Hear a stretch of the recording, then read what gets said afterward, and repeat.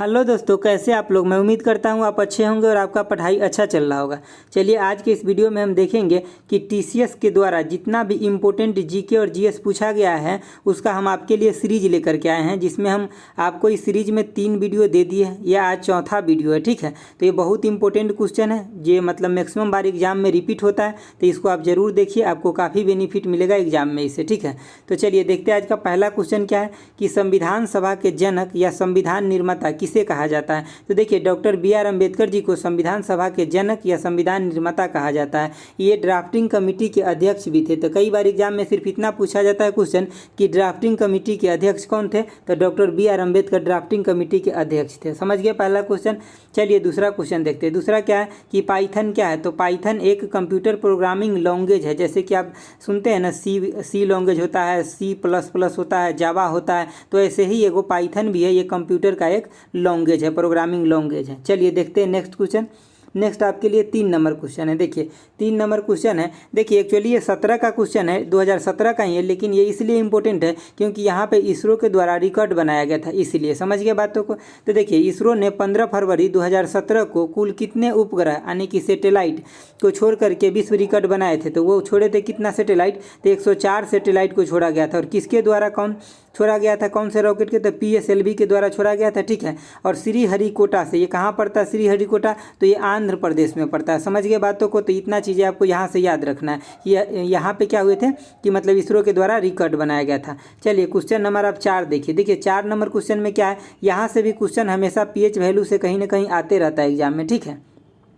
तो देखिए नींबू का मतलब नींबू का रस का PH वैल्यू आपको पूछा गया। तो ये कैसा होता है नींबू, तो एसिड होता है, एसिड यानी कि अम्ल होता है। समझ गए ना बातों को, अम्ल। तो देखिए हम यहाँ पे कुछ ज़्यादा इंपॉर्टेंट भी लिख दिए हैं, तो वो सबको भी आप देख लीजिए। क्वेश्चन का आंसर तो आपको सिर्फ इतना हो जाता है 2.4, लेकिन मैं और भी कई सारा इंपॉर्टेंट लिख दिया हूँ, ये भी आपके लिए उपयोगी है, ठीक है। तो देखिए अगर रेंज में दिया रहता था 2.4 से लेकर के 2.6 तक आप ले सकते थे, ठीक है। लेकिन अगर रेंज में नहीं दिया हुआ है तो डायरेक्ट आपका आंसर ये 2.4 हो जाएगा। जैसे देखिए ह्यूमन ब्लड का पूछा जाएगा, तो इसका अगर रेंज में दिया है तो इतना होगा, रेंज में नहीं दिया है तो 7.4 या 7.5 जो आपको दिया रहेगा वो करेक्ट हो जाएगा। कई बार इतना पूछा जाता है कि जो ह्यूमन का ब्लड है वो कैसा है, एसिड है या बेस है, तो आपको क्या बताना है कि बेस है।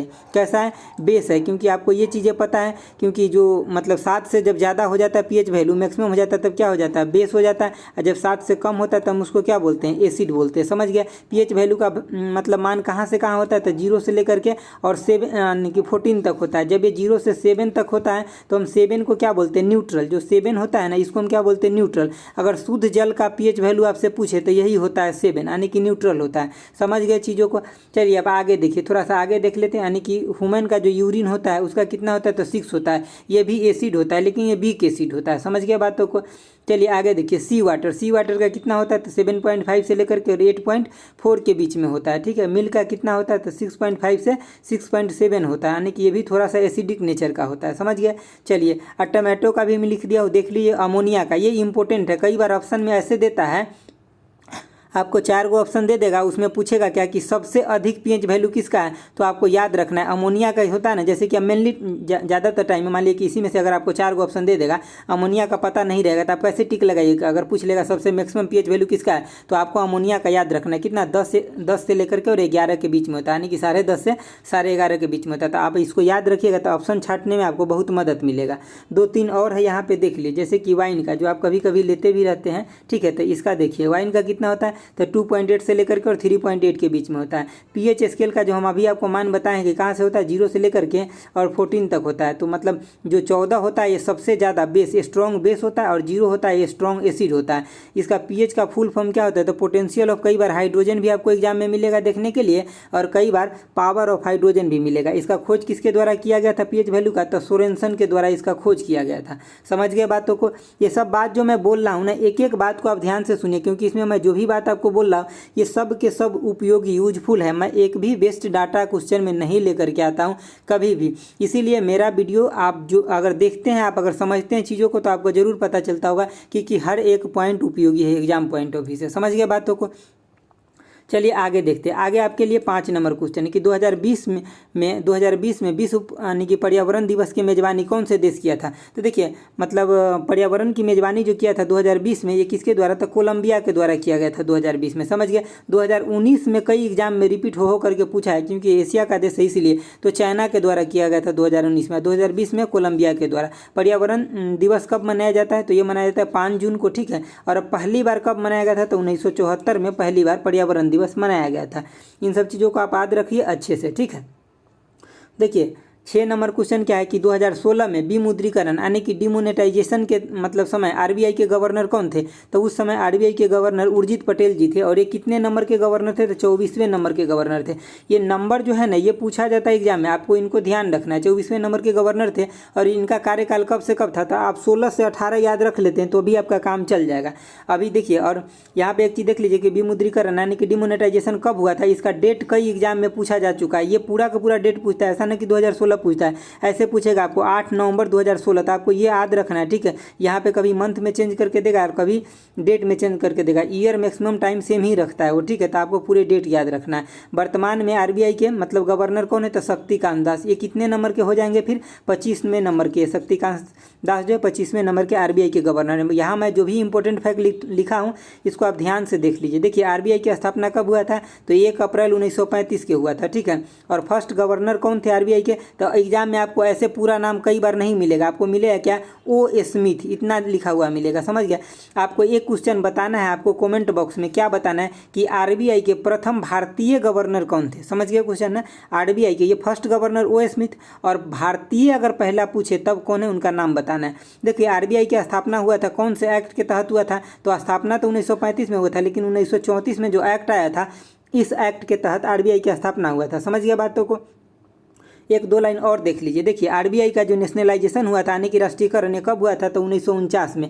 हम आपको पीछे एक वीडियो पढ़ाए थे, उसमें हम आपको सब कुछ बता दिए थे कि मतलब 1969 में कितने बैंकों का राष्ट्रीयकरण हुआ था। उसके बाद फिर से 1980 में कितने का हुआ था, तो यहाँ 14 बैंकों का हुआ था मेजर में, फिर यहाँ 6 बैंकों का हुआ था, इंदिरा गांधी के कार्यकाल में हुआ था। तो सब हम आपको पढ़ा चुके हैं। आप सभी वीडियो को देखते हैं ना, तो आपके एग्जाम में जो क्वेश्चन आना है ना, आप देख लीजिएगा, मैक्सिमम क्वेश्चन आपको जो मैं कंसेप्ट बताता हूँ यहीं से कहीं ना कहीं से आपको देखने को मिल जाएगा।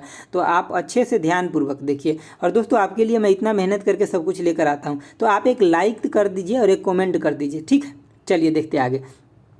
देखिए अभी जो आरबीआई के जो डिप्टी गवर्नर है वो कितना है, तो मतलब 4 डिप्टी गवर्नर है। कौन कौन है, ये नाम कई बार एनटीपीसी के एग्जाम में पूछा गया, तो आप भी याद रखिए। देखिए बीपी कानूनगो और एमके जैन और एमडी पात्रा और एम राजेश्वर राव है। यहाँ पे आप एक चीज़ लगा लीजिएगा, ये एम राजेश्वर राव हो जाएंगे, ठीक है। इनके नाम के पहले एम लगा हुआ, एम राजेश्वर राव, ठीक है। देखिए कई बार एग्जाम में बुक और ऑथर से क्वेश्चन आता है, और जितना इंपॉर्टेंट है मैं सब यहाँ कलेक्ट करके लिख दिया हूँ, आप ध्यान से देखिए। जैसे कि गीत गोविंद के रचयिता कौन है, तो जयदेव है। अष्टाध्यायी का पूछ ले तो पाणिनि, पृथ्वीराज रासो का पूछ ले तो चंद्रबदाई, और राजतरंगिणी का पूछ ले तो कलहन, अर्थशास्त्र का पूछ ले तो चाणक्य। देखिए ऐसे तो बहुत सारा बुक है, लेकिन हम सिर्फ इंपॉर्टेंट का कंसिडर किए यहाँ पे, समझ गए ना। हर्षचरित्र और कादम्बरी का पूछ ले तो बाणभट्ट, और महाभाष्य का पूछ ले तो पतंजलि। ये सब कई बार एग्जाम में रिपीट होता है, समझ गए ना बातों को। देखिए उसके बाद आपको यहाँ पे जो कालिदास जी का बुक है, ये कई सारा बुक इंपॉर्टेंट है, तो कम से कम आप इतना याद रखिए। जैसे कि कुमार संभव हो गया, अभिज्ञान शकुंतलम, मेघदूत, रघुवंशम, काल यानी कि मालविकांगनी, ऋतु संहार, ये सब बहुत ज़्यादा इंपॉर्टेंट है। 3-4 बार इसको पढ़िएगा ना, चाहे 3-4 बार वीडियो 2 बार देख लीजिए, तो आपको सब याद रहेगा। मतलब अगर ठीक से नहीं भी रहेगा ना, तब एग्जाम में आपको ऑप्शन दिखेगा तो बना लीजिएगा, समझ गए। स्वप्न दत्त का लेखक कौन है, तो भास है। ये 3 पुस्तक लिखा गया हर्षवर्धन के द्वारा, और कई बार एग्जाम में मैच करने के लिए क्वेश्चन पूछा जाता है खूब तगड़ा तरीके से, ठीक है। तो देखिए एक तो कौन है, तो नागानंद, रत्नावली और प्रियदर्शनी, ये तीनों पुस्तक का नाम आपको याद रखना है, समझ गए बातों को। चलिए आगे क्वेश्चन देखते हैं। आगे आपका 8 नंबर क्वेश्चन है। देखिए क्या कह रहा है कि जातक कथा जो है ये किससे संबंधित है। देखिए जातक कथा में जो महात्मा बुद्ध थे उनके जन्म के बारे में उसमें कथा लिखा गया है, समझ गया बातों को। चलिए 9 नंबर क्वेश्चन अब हम देखते हैं। 9 नंबर क्वेश्चन, कई बार तो इतना पूछा जाता है कि जातक कथा जो है वो किस धर्म से रिलेटेड है, तो बौद्ध धर्म से रिलेटेड है। आपको इन चीज़ों को याद रखना है।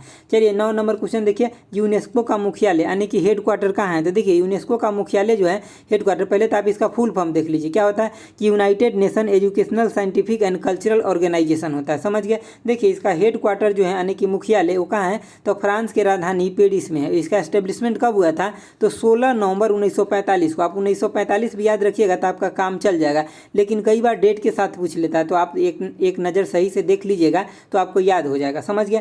देखिए अभी जो डायरेक्टर जनरल है, महानिदेशक कौन है, तो आंड्रो अजोलो है। ठीक है, यहाँ पे थोड़ा इसे लिखने में गड़बड़ हो गया, ऐसे लिखा था आंड्रो। ठीक है, आंड्रो अजोलो। ठीक है, तो इसको आप सही कर लीजिएगा। देखिए इसमें कितने टोटल सदस्य देश थे, 193। ये भी एनटीपीसी के एग्जाम में पूछा जा चुका है। आपको एक क्वेश्चन और बताना है कि 193वां लास्ट देश कौन सा बने, लास्ट सदस्य कौन सा, यूनेस्को के सबसे लास्ट सदस्य कौन है, 193वां। ठीक है, ये आपको कमेंट बॉक्स में बताना है। हम आपसे क्वेश्चन इसलिए पूछते रहते हैं ना ताकि आप एक्टिव रहिए एग्जाम के लिए। समझ रहे, आप अभी जितना ज़्यादा एक्टिव रहिएगा ना उतना आप सफलता के करीब रहिएगा, इस बात को आपको मानना पड़ेगा। ठीक है, देखिए यूनेस्को के सदस्य हैं भारत, ये तो आप जानते हैं, लेकिन भारत कब शामिल हुआ था यूनेस्को में, तो 1946 में शामिल हुआ था। समझ के बातों को, मतलब स्टार्टिंग में ही शामिल हो गए थे।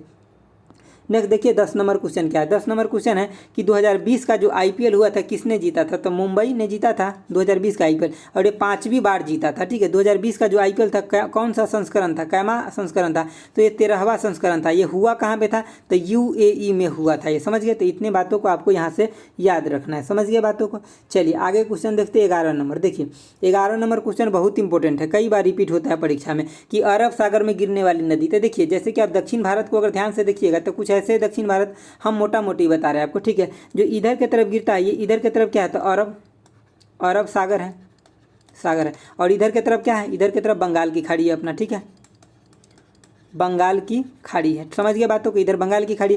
तो जो इधर नदी जो गिरता है ना उसको हम क्या बोलते हैं कि बंगाल की खाड़ी में गिर रहा है, और जो इधर गिरता है उसको हम क्या बोलते हैं कि अरब सागर में गिर रहा है। समझ गया बातों को, तो यही पूछ रहा है आपको अरब सागर में कौन सी नदी गिरता है। तो इसमें 3-4 जो है ये बहुत ज़्यादा इंपॉर्टेंट है, बाकी आपको सबको एक नज़र ध्यान देखिए ताकि आपको ऑप्शन में आ जाए तो बन जाए आपका क्वेश्चन। समझ गए।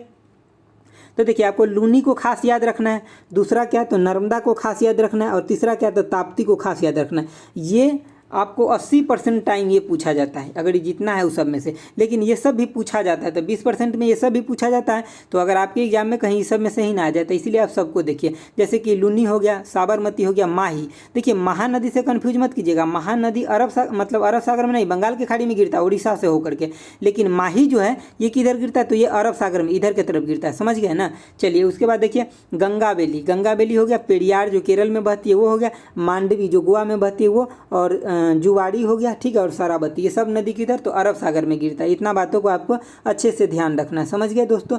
चलिए 12 नंबर क्वेश्चन देखिए यहाँ पे पूछा गया आपसे कि उत्तरी अमेरिका में सबसे बड़ा देश कौन सा है, तो उत्तरी अमेरिका का सबसे बड़ा देश कनाडा है, लेकिन आपसे अगर दक्षिणी अमेरिका का पूछ ले तो कौन सा हो जाएगा, तो ब्राजील हो जाएगा। अफ्रीका का पूछ ले तो अल्जीरिया। ये सब पूछा जाता है क्वेश्चन। समझ गए बातों को। और यूरोप के पूछ ले तो फ्रांस। आपके लिए एक क्वेश्चन और यहाँ पे आ गया। समझ रहे, हम हर दिन आपसे 3-4 क्वेश्चन पूछते हैं। कई सारे लड़के हैं जो कि कई सारे स्टूडेंट हमेशा आंसर देते हैं। समझ जाइए, मतलब मान लीजिए आप भी कंपटीशन में और वो भी कंपटीशन में, एक वो जो हमेशा आंसर देते हैं और आप जो कभी आंसर नहीं देते हैं, तो समझ रहे हैं ना, आप उससे पीछे मत पड़िए, आप भी आंसर दीजिए, आप भी आगे रहिए। समझ गए बातों को। तो आपको क्वेश्चन क्या बताना है कि एशिया में सबसे बड़ा कंट्री कौन है, और दूसरी बात क्या है कि एशिया में कितने नंबर ऑफ कंट्री है। तो आपको पहले यहाँ पे एशिया में कंट्री कौन सा है वो लिख देना है, और ब्रैकेट में कितना नंबर ऑफ कंट्री है वो आपको यहाँ पे लिख देना है। समझ गए बातों को।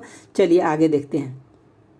आगे है आपका 13 नंबर क्वेश्चन। क्या कह रहा है कि संसद में क्या होता है, तो लोकसभा और राज्यसभा की संयुक्त बैठक की अध्यक्षता किसके द्वारा किया जाता है, यानी कि जो ज्वाइंट सीटिंग होता है उसका अध्यक्षता किसके द्वारा किया जाता है, तो लोकसभा के अध्यक्ष के द्वारा किया जाता है। अगर लोकसभा के अध्यक्ष अगर प्रेजेंट नहीं रहते हैं तो लोकसभा के उपाध्यक्ष के द्वारा किया जाता है। ये बात को आपको ध्यान रखना है। लेकिन इसको बुलाया किसके द्वारा जाता है, मतलब ज्वाइंट सीटिंग जो होता है इसको बुलाया किसके द्वारा जाता है, तो इसको संयुक्त बैठक को बुलाया जाता है राष्ट्रपति के द्वारा। कई बार परीक्षा में पूछा जा चुका है। और कौन सा अनुच्छेद, मतलब आर्टिकल के तहत, 108 आर्टिकल के तहत इसको बुलाया जाता है। समझ गया। चलिए देखते हैं आगे 14 नंबर क्वेश्चन। देखिए क्या कह रहा है कि किस कांग्रेस अधिवेशन की अध्यक्षता महात्मा गांधी के द्वारा किया गया था, तो महात्मा गांधी के द्वारा एक ही अध्यक्षता किया गया था, इसीलिए क्वेश्चन बार बार रिपीट होता है। तो ये 40वां अधिवेशन था, और कब, तो 1924 में। और कौन सा जगह, बेलगांव, कर्नाटका बेलगांव में किया गया था। और भी कुछ इंपॉर्टेंट है, ये देख लेते हैं हम, खास इंपॉर्टेंट है, कई बार रिपीट होता है। जैसे कि जवाहरलाल नेहरू के द्वारा 1929 में लाहौर में अध्यक्षता किया गया था, और उसके बाद 1937 में फैजपुर में। देखिए फैजपुर में जो हुआ था कांग्रेस के अधिवेशन, ये फर्स्ट ऐसा अधिवेशन था जो कहाँ हुआ हुआ था? गांव में हुआ था। तो कई बार ऐसे क्वेश्चन पूछा जाता है कि कौन सा अधिवेशन कांग्रेस का गांव में हुआ था? तो फैजपुर अधिवेशन गांव में हुआ था। और कब हुआ था? तो 1937 में हुआ था। सुभाष चंद्र बोस जी का देख लीजिए, कई बार एग्जाम में रिपीट होता है। 1938 में हरिपुरा और 1939 में कहाँ? तो त्रिपुरा के अधिवेशन की अध्यक्षता सुभाष चंद्र बोस के द्वारा किया गया था। और एनी बेसेंट के द्वारा 1917 में कलकत्ता अधिवेशन। ठीक है, तो देखिए यहाँ पे एक चीज़ पूछा जाता है कि मतलब कौन सा पहली महिला है जो मतलब भारतीय राष्ट्रीय कांग्रेस की अध्यक्षता की थी? तो पहली महिला पूछ दे, अगर फर्स्ट पूछ दे तो आपको एनी बेसेंट। अगर इंडियन ऐसे लगा दे, इंडियन फर्स्ट पूछ ले, तब कौन हो जाएगा? तब आपको लगाना है सरोजिनी नायडू। समझ गए बातों को? तो इन दोनों चीज़ों में आपको डिफरेंट पता रखना है। चलिए आगे भी देख लेते, एक दो और है। देखिए दादा भाई नौरोजी का पूछ ले तो 1986 में, और कहाँ? तो 1906 में। 1986 और 6 दोनों में, और दोनों कलकत्ता अधिवेशन ही था। इन बातों को आपको याद रखना। प्रथम पूछ ले तो कहाँ? तो मुंबई में हुआ था। किनके द्वारा? तो WC बनर्जी। ये आप ज़्यादा नाम याद रखिएगा, ऐसे WC बनर्जी, तो इनके द्वारा किया गया था। समझ गए बातों को? चलिए 15 नंबर क्वेश्चन देखिए, काफ़ी इंपॉर्टेंट है 15 नंबर भी। देखिए 15 नंबर इंपॉर्टेंट क्या? आप ही फैक्ट डाटा आप डायरेक्ट याद रखिए, आपका काम हो जाएगा कि भारत में कुल कितने हाई कोर्ट है? तो 25 हाई कोर्ट है। ठीक है, देखिए अब नेक्स्ट जो क्वेश्चन है 16 नंबर, एक्चुअली काफ़ी इंपॉर्टेंट है, 16 नंबर है, हम 15 नंबर में बोल दिए। ठीक है, 15 नंबर तो डायरेक्ट एक फैक्ट डाटा, इसको आप याद रख सकते हैं। देखिए इंडिया लॉन्गेस्ट रोड टनल, देखिए आप रेल टनल तो खूब पढ़ते हैं लेकिन रोड नहीं पढ़ते हैं, तो रोड को भी ध्यान रखिए। देखिए कौन सा है सबसे लंबा सुरंग है रोड टनल में? तो देखिए ये चेनानी नासरी सुरंग है जो जम्मू कश्मीर है। इसका और दूसरा नाम क्या है? तो डॉक्टर श्यामा प्रसाद मुखर्जी टनल के नाम से भी आता है। तो आप दोनों नाम याद रखिएगा और में करके, या तो नया नाम आपको चेनानी मतलब ये या तो चेनानी नासरी सुरंग से पूछ लेगा, या तो आपको नया नाम क्या दे देगा? तो डॉक्टर श्यामा प्रसाद मुखर्जी दे देगा। तो ये दोनों में से कोई भी नाम, ये पुराना नाम था और ये नया नाम है, तो आप दोनों में से कोई भी दे देगा, आपको दोनों याद रखना है। इसका लंबाई कितना है? तो 9.28 किलोमीटर है। समझ गए बातों को? तो इन चीज़ों को आपको ध्यान रखना है। चलिए इसके साथ साथ हम आपको एक चीज़ और बता देते हैं, क्योंकि ये दोनों चीज़ों में कई बार कन्फ्यूज होते हैं लोग, तो दोनों मैं एक ही जगह इसीलिए लिख दिया हूँ। देखिए रेलवे का अगर पूछ दे सबसे बड़ा सुरंग, तो कौन सा हो जाएगा? पीर पंजाल, हम आपको कई बार पढ़ा भी चुके हैं। या तो पीर पंजाल बोलते हैं या बनिहाल बोलते हैं, ये भी कहाँ है? तो जम्मू कश्मीर में। इसका लंबाई कितना है? तो 11.2 किलोमीटर है। समझ गया बातों को? चलिए आगे देखते हैं। देखिए साइंस का क्वेश्चन है और बहुत इंपॉर्टेंट है।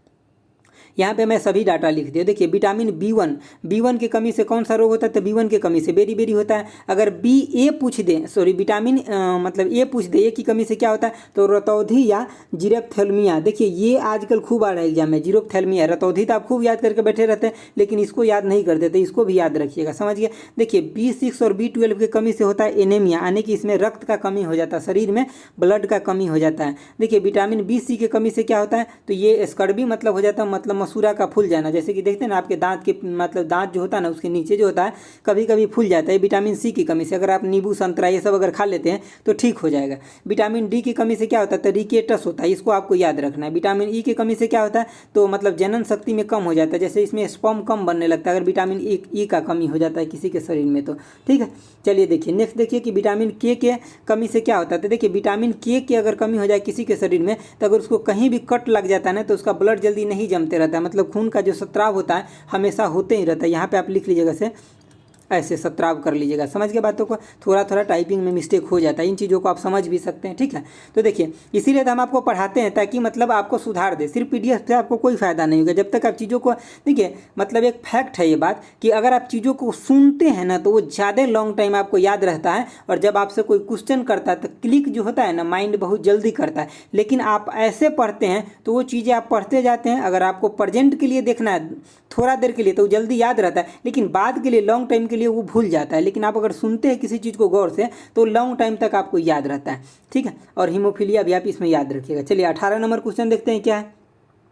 18 नंबर क्वेश्चन है कि जिम कॉर्बेट जो नेशनल पार्क है ये कहाँ है? तो देखिए नैनीताल जिला उत्तराखंड में, और ये सबसे ओल्डेस्ट नेशनल पार्क है। समझ गए बातों को?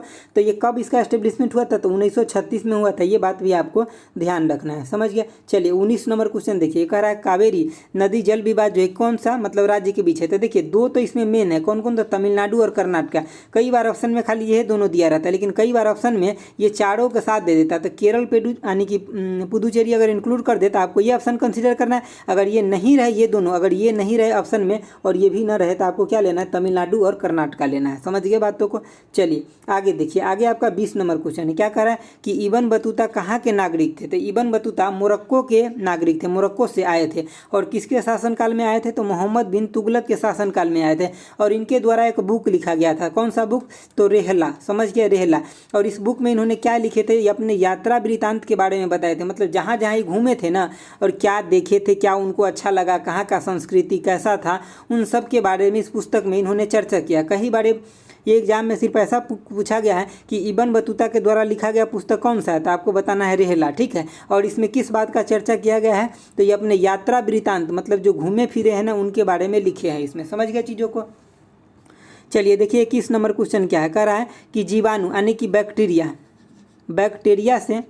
बैक्टीरिया से होने वाला रोग आपको बताना है। तो कौन सा रोग होता है बैक्टीरिया से? तो देखिए यहाँ पे टाइफाइड जो है ये बैक्टीरिया से होता है, जैसे कि गंदे पानी गंदे खाना से के वजह से हो जाता है ये। ठीक है। मतलब टाइफाइड जो होता है ये बैक्टीरिया से होता है। लेकिन यहाँ पे हेपेटाइटिस और खसरा और पोलियो ये तीनों किससे होता है? तो वायरस से होता है। वायरस से होता है। समझिए बात, वायरस मतलब विषाणु से होता है। चलिए आगे देखते हैं क्वेश्चन। आगे आपके लिए 22 नंबर क्वेश्चन है। 22 नंबर की क्या है कि मायोपिया के उपचार के लिए, मतलब जो मायोपिया का मतलब क्या होता है? निकट दृष्टि दोष। निकट दृष्टि दोष हो गया तो इसको हम ठीक किसके द्वारा करते हैं? तो अवतल लेंस के द्वारा करते हैं, यानी कि कनकेव, जिसको इंग्लिश में क्या बोलते हैं? Concave lens. या और एक नाम से इसको क्या जानते हैं? तो डाइवर्जिंग यानी कि डाइवर्जेंट लेंस के नाम से जानते हैं। जैसे कि देखिए मायोपिया में मतलब सपोज कीजिए आपका आँख यहाँ पे है। ठीक है, यहाँ पे आँख है। समझ गए बातों को। ऐसे होता है ना, देखिए आँख यहाँ पे, तो इसमें क्या होता है कि निकट दृष्टि दोष मतलब निकट के वस्तु दिख रहा है और दूर का वस्तु क्या हो रहा है कि दिख नहीं रहा है। तो हम इसको ठीक करने के लिए इस लेंस का यूज करते हैं। और देखिए यहीं पे अगर आपसे दूसरा क्वेश्चन पूछा रहता है क्या कि अगर यहाँ पे आई होता और दूर दृष्टि के बारे में पूछा होता, देखिए इसमें क्या होता है दूर दृष्टि में कि दूर की वस्तु दिखता है और निकट की वस्तु नहीं दिखता। तो इसको हम किसके द्वारा ठीक करते हैं? तो इसको हम कॉन्वेक्स लेंस के द्वारा ठीक करते हैं, या तो फिर आप उत्तल लेंस, जिसको आप हिंदी में क्या बोलते हैं? उत्तल लेंस के द्वारा ठीक करते हैं। समझ गए बातों को। तो ये दोनों क्वेश्चन आपको यहाँ से ध्यान रखना है। ठीक है। चलिए आगे देखिए, आगे आपका क्वेश्चन क्या कि सुपरसोनिक मिसाइल कौन सा है? तो देखिए ब्रह्मोस जो है सुपरसोनिक मिसाइल है। ये भारत और रसिया के द्वारा मिल करके बनाया गया है। ठीक है। भारत के जो ब्रह्मपुत्र नदी वहाँ से और रसिया का जो रॉस्कोस मतलब जो नदी है ना, वहाँ से इन चीज़ों को दोनों को नाम के ऐड करके लिया गया है। समझ गए ना बातों को। तो ये भारत और रसिया के द्वारा मिल करके बनाया गया है। चलिए आगे देखते हैं। आगे आपका है 24 नंबर क्वेश्चन। 24 नंबर क्वेश्चन क्या है कि जादू घोड़ा की खान किस लिए प्रसिद्ध है? तो देखिए जादू घोड़ा की खान यानी कि प्रसिद्ध या प्रचलित है। ठीक है, आपको क्वेश्चन समझिए। तो ये प्रसिद्ध है किसके लिए? तो ये यूरेनियम के लिए प्रसिद्ध है। यहाँ से यूरेनियम निकाला जाता है। समझिए। और ये कहाँ पे है ये भी क्वेश्चन पूछा जाता है। तो ये झारखंड में है। और किस जिले में? झारखंड के तो शिवभूम जिले में है, झारखंड के। समझ गया बातों को। तो आपको यहाँ से याद रखना है कि जादू घोड़ा खान किस लिए प्रसिद्ध है? तो यूरेनियम के लिए। कहाँ है? झारखंड में। किस जिले में? तो शिवभूम जिले में है, झारखंड के। चलिए आगे देखते हैं। देखिए हुमायूंनामा के लेखक कौन है? तो हुमायूंनामा के लेखक है गुलबदन बेगम। ये कौन थे? तो हुमायूंनामा के मतलब जो हुमायूं थे उसके बहन थी गुलबदन बेगम। और ये मतलब बेटी मतलब डॉटर थी किसके? तो बाबर के बेटी थी गुलबदन बेगम। समझ गए बातों को। देखिए 26 नंबर क्वेश्चन देखिए। ये क्वेश्चन बहुत ईजी है, लेकिन मैं उठाया इसलिए हूँ ना, देखिए इजी क्वेश्चन को भी कई बार प्रैक्टिस करना जरूरत होता है। क्यों? क्योंकि जब आपको ऑप्शन में 4 चीज़ें मिलता है ना, तो वहाँ पे आप थोड़ा कंफ्यूज कर जाते हैं। इसी चीज़ कन्फ्यूजन को दूर करने के लिए हम इसको कंसीडर किए। आपको इसमें ध्यान मैक्सिमम क्या रखना है कि कैसा टैक्स है? तो इनडायरेक्ट टैक्स है। ये ऑप्शन में देता है ना, जब आपको लिख के देगा इनडायरेक्ट है, डायरेक्ट है, ठीक है, और 2 और कुछ ऑप्शन दे देगा, तो आपको रिवीजन नहीं रहेगा ना, तो आप गड़बड़ा जाइएगा। समझ रहे? इसीलिए रिवीजन करना जरूरी है। तो इसका फुल फॉर्म क्या होता है? गुड्स एंड सर्विस टैक्स होता है, वो इनडायरेक्ट टैक्स है। ठीक है। और इसको लागू कब किया गया था भारत में? तो 1 जुलाई 2017 को लागू किया गया था। और सबसे पहले कहाँ लागू किया गया था? तो फ्रांस में। ठीक है, फ्रांस में लागू किया गया था सबसे पहले।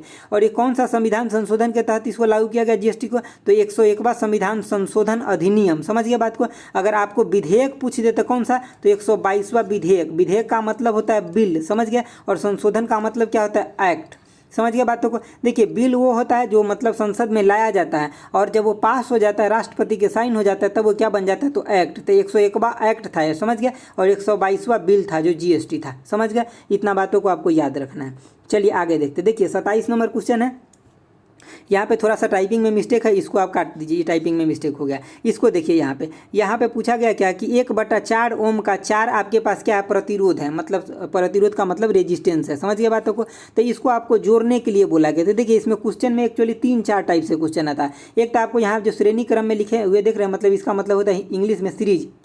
सीरीज होता है और इसका मतलब होता है पैरेलल होता है। समझिए बातों को। तो कई बार तो आपको लिख के देगा कि आप श्रेणी क्रम में जोड़ दीजिए, सीरीज में जोड़ दीजिए, और एक आध दो क्वेश्चन और उठता है क्या, आपको बोलेगा ना कि इसको जोड़ करके मैक्सिमम रेजिस्टेंस बताने के लिए, तो मैक्सिमम पूछेगा तो आपको किस में, श्रेणी क्रम यानी कि सीरीज में जोड़ना है। अगर आपसे दूसरा नंबर में पूछ ले कि मिनिमम कब होगा, तो मिनिमम के लिए आपको किस में, तो समांतर क्रम में जोड़ना है। समझ गए बातों को। जब ये श्रेणी क्रम यानी कि सीरीज में जोड़ते हैं, जो हम पहला नंबर के लिए ले रहे हैं, यहाँ पे फॉर्मूला देख लीजिए। तो इसका क्या होता है, जब आप आर इक्विवेलेंट लीजिएगा तो डायरेक्ट R1 प्लस में R2 प्लस में कितना R3 जो भी है वो आगे चल जाएगा। और जब इसका पैरेलल यानी कि समांतर क्रम के लिए लीजिएगा, जो मैं यहाँ लिख रहा हूँ, तो ये क्या हो जाएगा, one by R equivalent equal to कितना, तो 1/R1 प्लस में कितना 1/R2। इसी तरह से ये ऐड होते चल जाएगा। तो देखिए पहला के लिए तो ये सही जोड़ा गया, जैसे कि आर इक्विवेलेंट अगर हम लेंगे तो डायरेक्ट 1/R1 R2 R3 जुड़ जाएगा, तो कितना 1 हो जाएगा। लेकिन ये देखिए जब हम इसको पैरेलल में जोड़ेंगे तो कितना हो जाएगा, तो ये हो जाएगा आपका कितना, देखिए आर इक्विवेलेंट इक्वल टू यहाँ पे 4 प्लस में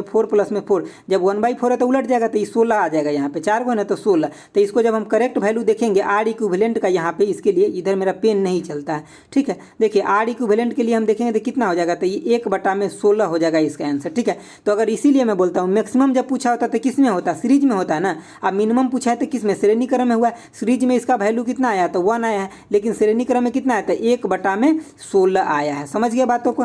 सीरीज में पूछेगा या श्रेणी क्रम या सीरीज में तो कितना, एक आया है आंसर। और आपको अगर समांतर में या पैरेलल में पूछ ले तो कितना, 1/16 आया है। तो इन चीज़ों को आपको ध्यान रखना है। मैक्सिमम मिनिमम में क्लियर कंसेप्ट है, ठीक है। मैक्सिमम पूछे आपसे तो मतलब श्रेणी क्रम या इंग्लिश में सीरीज, अब मिनिमम पूछे आपसे तो समांतर क्रम या पैरेलल। इन बातों को आपको विशेष फोकस करना है, क्योंकि क्वेश्चन जब वहाँ पे जाता है ना तो टर्न हो जाता है, तब वहाँ पे समझ में जल्दी नहीं आता रहता है, जब आप पढ़े नहीं रहते अच्छे से। तो ठीक है, तो दोस्तों ये था आपके लिए आज का इंपॉर्टेंट क्वेश्चन। दोस्तों मैं, आप बिलीव कीजिए मेरे ऊपर, जो मैं क्वेश्चन लेकर आ रहा हूँ ना, ये इतना ज़्यादा इंपॉर्टेंट है कि इसी के इर्द गिर्द से आपके एग्जाम में क्वेश्चन देखने के लिए मिलेगा। और ये मैक्सिमम टाइम रिपीटेड क्वेश्चन है ये, और आपके भी एग्जाम में रिपीट हो, क्योंकि TCS के द्वारा जितना भी एग्जाम कंडक्ट कराया जाता है वो सब में कहीं ना कहीं प्रीवियस ईयर क्वेश्चन रिपीट होने का बहुत ज़्यादा चांस रहता है, ठीक है। तो चलिए आज का वीडियो इतना ही तक रखते हैं। आपको अच्छा लगा तो एक लाइक शेयर और कमेंट जरूर कीजिए, ठीक है। तो thanks for watching, okay bye, जय हिंद दोस्तों।